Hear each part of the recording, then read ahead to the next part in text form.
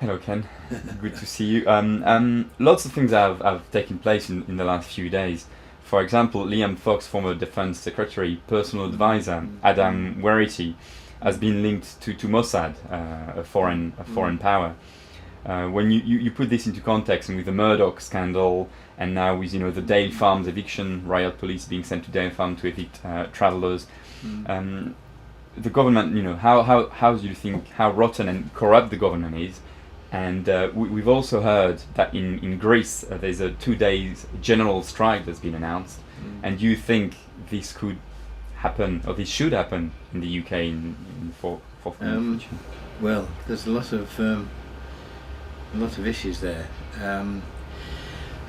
Taking the Liam Fox issue first, I think it's a mark of their arrogance. Really, it's a mark of the arrogance of the ruling class that a man like Fox, in a position, he was Secretary of War, Defence, they say, carries with him someone who is really pursuing a parallel foreign policy, even to the government's, and it's clear that is it's a very kind of hard-line, aggressive foreign policy that Fox wanted to pursue, and integral to that is its support for Israel.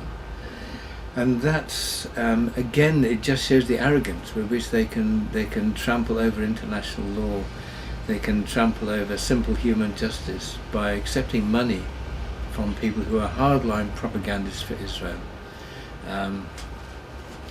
There's one or two of them belong to some organisation, BICOM, who are there to promote Israel and have a hotline to our Defence Secretary, independent of Parliament, independent of any democratic control, that they should steer this senior politician. He doesn't need much steering, I guess, but they push him to hardline defence of Israel and its illegal activities. And now I just hear that the conduit for this pro-Israeli stance, a man called Werity, was actually had a connection to the Israeli Secret Service. So what does this say about our democracy? The democracy doesn't exist if our senior politicians in positions of power are influenced and accepting money from propagandists and lobbyists for one of the most ruthless, illegal governments in the world, that is Israel, or pursuing illegal activities, that is Israel. So how do you think, as well, and the state of the economy at the moment as well, and then general strike that's been announced in Greece, and there's been lots of strikes being announced in the UK as well. I think on the 30th of November there's quite a big strike. Do you think this is going to get, is the time ripe for some sort of a social movement or social revolution in the UK as well, and in Europe? Well, clearly, the capitalism as we know it is in massive crisis, and the capitalist economy, built on pursuing profit at all costs, means that its contradictions are revealed, like the tide going out on old mine workings. You can see the contradictions now. They've exploited workers over and over again until there's nothing left to exploit. They produce mass unemployment. They cannot even sustain the gains that working people made over the last half century. So that we're faced with cuts in every aspect of our civil life. And people will resist this, as they should. And we can only change it if people do resist. Now, what form that resistance should take, or what form it will take, is critical. The movement to occupy the streets, and springing from Occupy Wall Street, is obviously to be supported, is very important. And its politics is very different to what old leftists like me are used to, in that it's simply direct action, and the programme is quite elusive, really. I guess those who are sharper on the internet will know what it is, but me who have to rely on books and papers, not so clear. But the centre of their argument, that is that capitalism is a system which is in crisis, which is collapsing, which will not be able to sustain not only a decent life for the people who live on the planet, but the planet itself.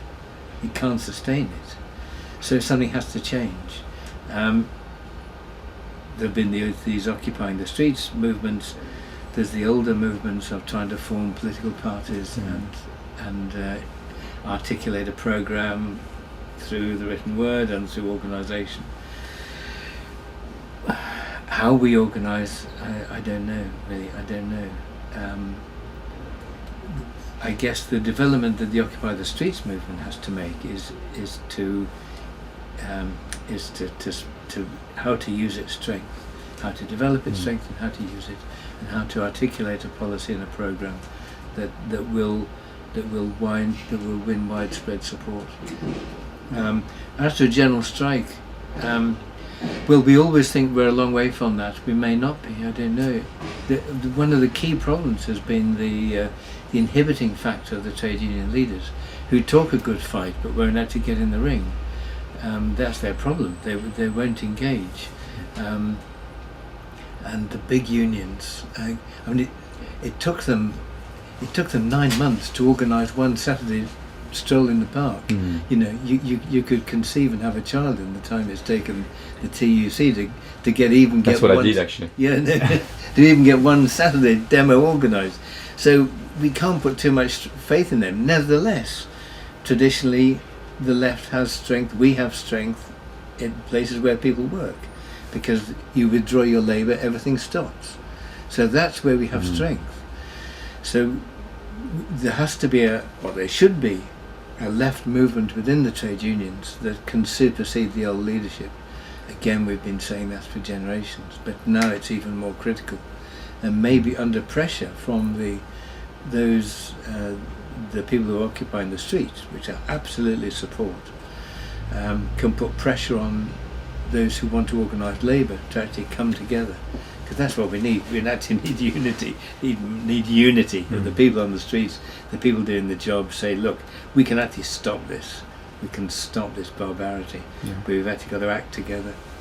Actually, as an update, I guess the Occupy the Stock Exchange movement is having sort of every night a public assembly and stuff, and they've issued a manifesto yesterday, some sort of a political program, point by point, that keeps changing because it's obviously democratic. But they have actually come up with some sort of a political program. It's available on the web, but I guess well, I should get down there and read it. I'll send it to you. Yes, I mean that's a real challenge to the old left to get its act together. I mean, I've been involved in time after time in organisations that seeks to unite the left to give us a broad left party to the left of the Social Democrats and the neoliberals in the Labour Party, to establish a broad left party. And time after time they found on sectarianism, on the glorification of the leader, on the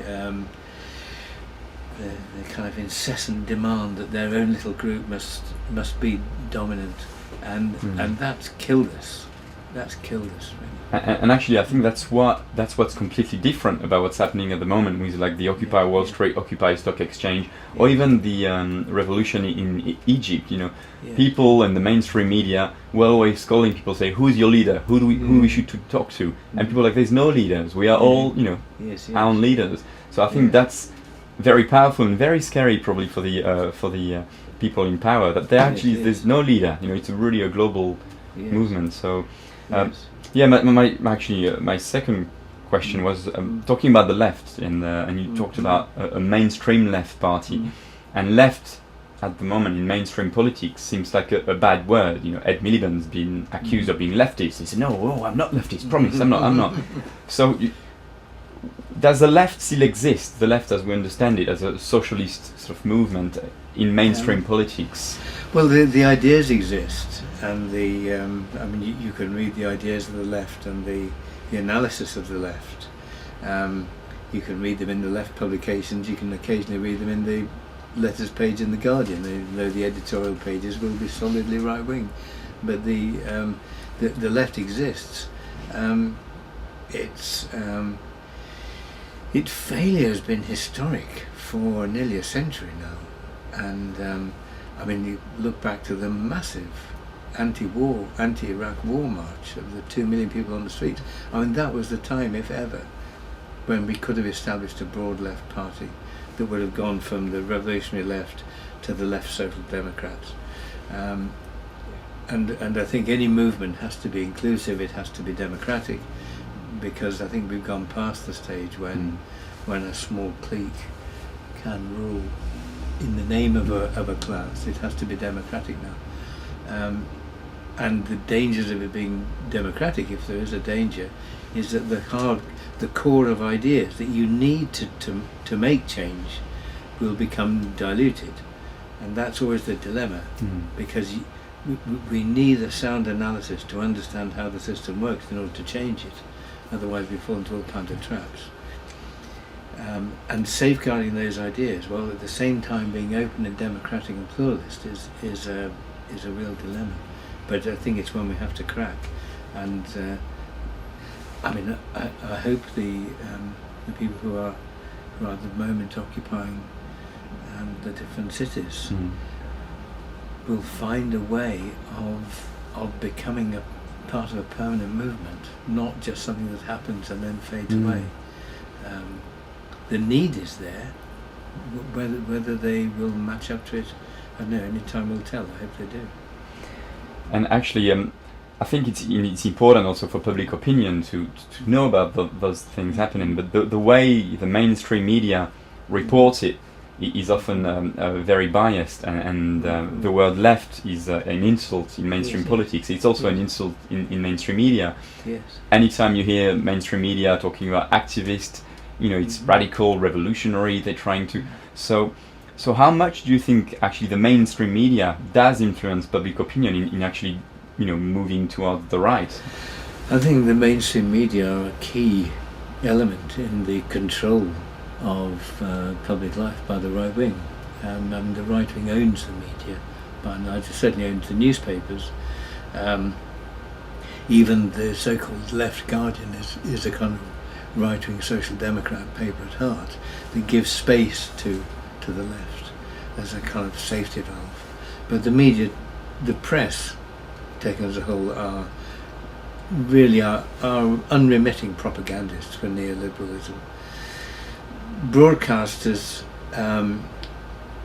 are slightly more complex, but they are the people who control broadcasting are appointed by the state, appointed by the government, and a bit like the monarchy and the church, they are the permanent representatives of the interests of the ruling class. So the BBC epitomises that. It's a top-down organisation where the key appointments are always put into safe hands. Like the people who write the news, who tell us what is happening, are people who can be relied on to support the interests of the ruling class. And ITV is the same, is answerable in the same way, and again is controlled by multinational companies. So of course their interests coincide with the neoliberal agenda. I mean, there was been a vague sort of interesting example of that again, just this morning, as we speak today, relating to the release of the Israeli soldier, where the Israeli soldier has a family, he's welcomed home, he's a hero. The Palestinians are anonymous militants, terrorists, and there's no mention of the fact that the Israeli soldier was taking part. His role was to take part in the illegal seizure of Palestinian lands and possibly to kill and maim Palestinians illegally. Now that is never acknowledged, and I've read a lot of the papers on that and listened to both ITV and BBC. The Israeli is an individual welcomed back with tears into the bosom of his family. The Palestinians are terrorists skulking home. No mention is made of the fact of the illegal actions of the Israelis.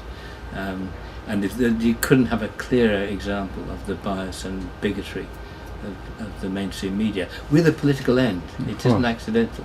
The political end is the support of Israel, because that's seen as in the interests of the West. So it's cynical by some, stupid by others. But the media are not only part of the problem, they epitomise the problem of our class society. I think we've got about 5 minutes, so I'm going to jump to you'll cut this, to something else. Yeah. All your filmography and all of your films, most of your films, are indeed political. So could you one day make a film that is not political? And the other question is, I know that The Wind That Shakes the Barley was your Irish film, and you said a few times that you thought about this for 10, 15 years. I was wondering if you might have a Palestinian film in mind. There's 2 questions here. I think if you think of politics not with a capital P but a small p, that in other words, politics is the way we live together. It isn't a question of this party or that party. Politics is the way we live together and how we organise society generally. And films reflects the way you see the world. So there's always political implications in whatever you do, and whatever people write, or even the stories you choose to tell indicates what you think is important in the way the world is, and that comes from a particular perspective. So I don't think you can do even the right-wingers who do films that are supposed to be pure escapism you can deduce their politics from those films in the way people are treated and the stories they choose to tell, the characters they put on screen, who they think it is important to celebrate even, or make fun of, or enjoy, or whatever. Their attitude to violence and so on. So they imply a political perspective. So you reveal your politics, even if you think you're being, if you think you're being quite opaque. To do a film on Palestine, I'm not the right person to do it now. I need somebody younger and who speaks the language, really. But if ever the films not only films ought to be done, but we need to galvanise the political, those concerned with politics. We need to galvanise them that Palestine, the suffering of the Palestinians, the oppression of the Palestinians is the big question, one of the big questions now. And it's tied into, because of the economic interest in that area, it's tied into the whole crisis of capitalism across the world. It isn't a separate issue, it's part of it now. Because maintaining Israel in its illegal, grossly oppressive stance is seen as necessary for the West in its geopolitical processes, and so the support for the Palestinians comes from wherever you touch politics, you have to support the Palestinians. I think it's a good ending on this, because I think it's a very important point to actually globalize the Palestinian question. Yes. Palestinian question is indeed linked to capitalism, Yes. is linked to the environment, Yes. so all those movements Yes. that are, sometimes it's actually even a hardcore activist on the environment is still very touchy on when it comes to Palestine, but Yes, yes. it would be for our movement very important to link all those ideas together, because it's part of a, as you said, global movement that is profit before people, really. Yes. And it's the realpolitik of the West, isn't it? Seeing that it has to have Israel there as its kind of stable footing in that region. Because without Israel, I mean, a secular, non-racial state there, and which is a genuine democracy for all the people. There's no way it would want to support the US and the West. It would serve the interests of its people. Okay.